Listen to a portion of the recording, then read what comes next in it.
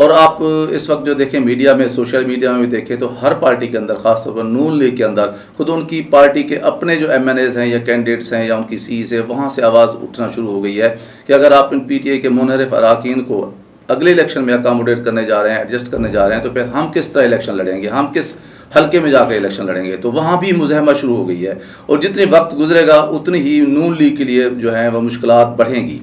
اور اتنی ہی P T I کے لیے آسانیاں پیدا ہو سکتی ہیں. اور پھر خاص طور پر یہ جو خودکش حملہ ہوا ہے کل بلاول بھٹو زرداری کی طرف سے اپوزیشن کے اوپر، یہ ایک تاریخی غلطی ہے جس کا مداوع اپوزیشن کے لیے فی الوقت کرنا بہت مشکل نظر آ رہا ہے. اور پھر یہ نہیں ہے کہ یہ جو او آئی سی کا اجلاس ہے یہ کوئی عمران خان کا ہے یا کوئی بنی گلہ میں بلایا جا رہا ہے. یہ بہت عرصے بعد پاکستان میں او آئی سی کا اجلاس ہونے جا رہا ہے. اس میں کشمیر پر بات ہوگی، فلسطین پر بات ہوگی، اس میں اسلام فوبیا کے حوالے سے بات ہوگی، جس کے حوالے سے جنرل اسمبلی میں پہلے بھی ایک قرارداد پاس ہو چکی ہے. اور پھر یہ بلاول بھٹو زرداری اس پارٹی کے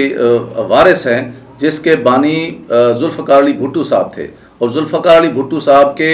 جو کارنامے تھے ان میں سے ایک کارنامہ یہ بھی تھا کہ انہوں نے ساری اسلامی ممالک کو ایک پلیٹ فارم پر، او آئی سی کے پلیٹ فارم پر اکٹھا کیا تھا. اور پھر اسی پاداش میں پھر انہوں نے جب ایٹمی پروگرام بنایا تو پھر ہینری کسنجر نے انہیں جو ہے عبرت کا نشان بنانے کی دھمکی دی، اور پھر امریکہ نے وہ کر دکھایا جو انہوں نے بھٹو کے حوالے سے بات کی. اور اب بھی بھٹو کی لین پر عمران خان چل رہا ہے، اور امریکہ کے خلاف جو ہے، امریکہ جو ہے اس کے خلاف اسی طرح ہو چکا ہے جیسے وہ بھٹو صاحب کے خلاف ہو گئے تھے، اور اس کو انہوں نے اسی انجام سے دوچار کیا تھا. تو اب میں سمجھتا ہوں کہ پیپلز پارٹی کی زیادہ ذمہ داری بنتی ہے کہ جو آواز بھٹو صاحب کی تھی، جس طرح انہوں نے امریکہ کو للکارا تھا، اگر آج عمران خان امریکہ کے خلاف اسی طرح ایک مزاحمت کی علامت بن کر سامنے آئے ہیں تو پیپلز پارٹی کو ان کی سپورٹ کرنی چاہیے. اور او آئی سی تو ایک میں سمجھتا ہوں کہ 57 ممالک کا ایک فورم پلیٹ فارم ہے. وہ اگر ہمارے پاس ان کے منسٹرز آ رہے ہیں تو ہمیں تو ان کو ویلکم کرنا چاہیے. یہ پاکستان کی عزت ہے، شان ہے، وقار ہے کہ اس کے پاس سب لوگ چل کے آ رہے ہیں، اور ہمارے مہمان ہیں، اور مہمانوں کی تو بڑی اسلام میں بڑی جو ہے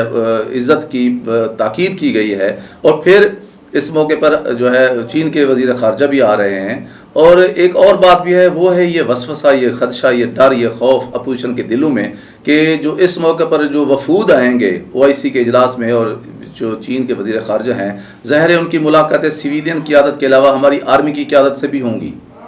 اور ان کو خدشہ یہ لگا ہوا ہے کہ کہیں چین جیسے ممالک یا یو اے ای یا عرب ممالک جو ہیں، سعودی عرب خاص طور پر، ان کی جو قیادت ہے یا ان کے وزرائے خارجہ جو ہیں یا ان کے وفود کے جو ہیڈز ہیں، وہ ملٹری قیادت سے کسی نہ کسی شکل میں عمران خان کی سپورٹ کے حوالے سے ریکویسٹ نہ کریں یا اپنی خواہشات کا اظہار نہ کریں. کیونکہ اس وقت یو اے ای یا سعودی عرب تقریباً وہی لائن لے رہے ہیں امریکہ کے ساتھ تعلقات کے حوالے سے جو عمران خان پہلے ہی لے چکا ہے. اور سعودی عرب نے بالکل ابسولوٹلی ناٹ کہہ دیا ہے امریکہ کو تیل کے حوالے سے، اور وہ جا کے چین کے ساتھ معاہدے کر رہے ہیں. جس طرح پاکستان چین اور روس کے بلاک میں شامل ہو چکا ہے، اسی طرح یو اے ای سعودی عرب اب جو ہے وہ بائیڈن کی کال لینے کے لیے جب اس کے بھی مکلف نہیں ہیں، اور وہ بھی چین کے ساتھ جا کھڑے ہو گئے ہیں. تو ظاہر ہے ان کے لیے ایک رول ماڈل بن گئے ہیں امریکہ کو آنکھیں دکھانے کے حوالے سے. عمران خان تو ان کی خواہش ہوگی کہ کسی نہ کسی طرح عمران خان بھی پرائم منسٹر ہاؤس میں رہیں، اور مل جل کے یہ ایک بلاک کی تشکیل میں اور ترویج میں ایک دوسرے کا جو ہاتھ بٹائیں. تو اپوزیشن کو یہ بھی دھڑکا لگا ہوا ہے کہ کہیں یہ جو وفود آ رہے ہیں یہ پاکستان کی اسٹیبلشمنٹ کو، ملٹری قیادت کو یہ میسج نہ کنوے کریں اپنی حکومتوں کی طرف سے، اپنے بادشاہوں کی طرف سے، کہ ابھی عمران خان کو رہنے دیں اور پاکستان کو انسٹیبلٹی کی طرف نہ دھکیلیں. چنانچہ یہ وہ خدشات ہیں جس کے پس منظر میں، جن کو اپنے دماغ میں رکھتے ہوئے اپوزیشن نے یہ کل کی بات کی ہے. لیکن پھر جو ہی عسکری قیادت کی طرف سے یا جی ایچ کی طرف سے یا اسٹیبلشمنٹ کی طرف سے ان کو میسج ملا ہے، تو نہ صرف یہ اس اپنے بیان کو انہوں نے واپس لے لیا ہے، بلکہ انہوں نے پھر اپنا ایک کمیونیکے جو ہے وہ اعلانیہ جاری کیا ہے جس میں اس او آئی سی کو ویلکم بھی کیا ہے اور اس کے ساتھ جو ہے نیک خواہشات کا اظہار بھی کیا ہے. تو یقیناً یہ جو ہم ہر وقت اٹھتے بیٹھتے اپوزیشن میں سنتے ہیں کہ یہ عمران خان نہیں ہے، یہ یو ٹرن خان ہے، تو کل ایک ہی پیغام کے نتیجے میں اپوزیشن نے بھی وہی یو ٹرن لیا ہے جس کے لیے وہ تانے جو ہے عمران خان کو دیتے ہیں. تو یہ بات طے ہے کہ پاکستان کے اندر جو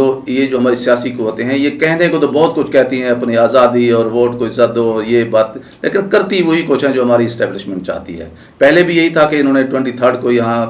اسلام آباد میں جلسہ کرنے جا رہے تھے، لیکن جب انہیں کہا گیا کہ یہاں 23 کو پاکستان ڈے ہے اور پھر OIC کی کانفرنس ہو رہی ہے، پھر انہوں نے یہ اپنا پروگرام جو ہے نا وہ 25 کے بعد کر دیا۔ تو یعنی جو ہماری اسٹیبلشمنٹ چاہتی ہے، ہماری سیاسی کرتی ہوئی قوتیں کرتی وہی کچھ ہیں۔ ہاں یہ علیحدہ بات ہے کہ نعرے لگانے کی حد تک ان پر کوئی پابندی نہیں ہے اور وہ ہم نعرے سنتے رہتے ہیں، لیکن پوری کمائی جو قوم ہے وہ یہ دیکھ رہی ہے کہ ہوتا وہی کچھ ہے جو اسٹیبلشمنٹ چاہتی ہے۔ اور کل بھی ہم نے یہی دیکھا، آگے آنے والے دنوں میں بھی جو پاکستان کی عسکری قیادت یا جو اسٹیبلشمنٹ چاہے گی، پاکستان میں وہی کچھ جو ہے نمودار ہوگا۔ اور پھر یہ جمہوری قوتوں کے لیے کوئی بہت ہی عزت والی بات بھی نہیں ہے کہ کہتی کچھ ہیں کرتی کچھ ہیں۔ ہمیں کم از کم اب 60-70 سال کے بعد اس دوہرے معیار سے جو ہے طیب ہونے کی ضرورت ہے۔ ناظرین کرام، آپ سے گزارش ہے کہ میرے YouTube channel doctor Nazir Siddiqui کو سبسکرائب فرما لیں، اس ویڈیو کو زیادہ زیادہ شیئر کریں، گھنٹی کے بٹن کو ضرور دبا دیا کریں تاکہ میری تمام ویڈیوز آپ دوستوں کی خدمت میں پہنچ سکیں۔ اگلے ویلاگ تک اجازت، السلام علیکم۔